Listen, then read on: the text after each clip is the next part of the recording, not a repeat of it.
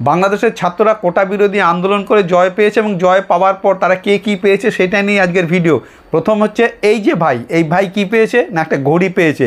ঘড়ি দেখে পড়াশোনা করবে, ছাত্রদের জন্য ঘড়ি অতীব প্রয়োজনীয়, খুব ভালো। দ্বিতীয়, এই ভাই একটা মুরগি পেয়েছে, মুরগি পালন করে নিজেকে স্বাবলম্বী তৈরি করবা, খুব ভালো ভালো, বেশ বেশ। তৃতীয় একটা ভাই, ইনি খরগোশ পুষে খুব আনন্দ পাবে।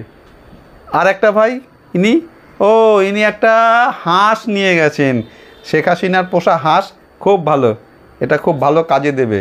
আর এই ভাই কি পেয়েছে, এই ভাই একটা চেয়ার টেবিল পেয়েছে, খুব ভালো, চেয়ার টেবিলে পড়াশোনা করবা, সবই তো ছাত্রদের পড়াশোনা করাই খুব ভালো হবে। আর এই ভাই তো দারুণ পেয়েছে, একটা ব্লাউজ পেয়েছে, যাক, বউয়ের খুব কাজে লাগবে, বউ অনেক দিন পড়তে পারবে, ব্যবহার করবে, আশীর্বাদ করবে। আর এই ভাই তো যা পেয়েছে আর বলার কথা না, বান্ধবীকে উপহার দিলে খুব খুশি হবে, দীর্ঘদিন ব্যবহার করতে পারবে বান্ধবী। শেষমেশ আরে এই বোনটি তো একদম এক বোঝা শাড়ি, একদম গাঠটি ভর্তি বাংলাদেশের শাড়ি, টাঙ্গাইল শাড়ি কি যাই হোক, এক বোঝা শাড়ি আবার দেখাচ্ছে, দেখেছেন, দারুণ ব্যাপার। ছাত্র তো স্কুল কলেজে আসতে গেলে এরকম শাড়ির দরকার হয়।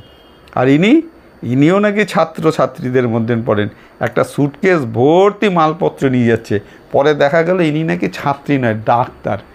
আর এই যে মাছ, ফ্রিজের মাছ, ডিপ ফ্রিজে রাখা শক্ত মাছ, রাত্রেবেলা দারুণ খাওয়া দাওয়া হবে, ছাত্রদের তো খাওয়া দাওয়া করতেই হয়।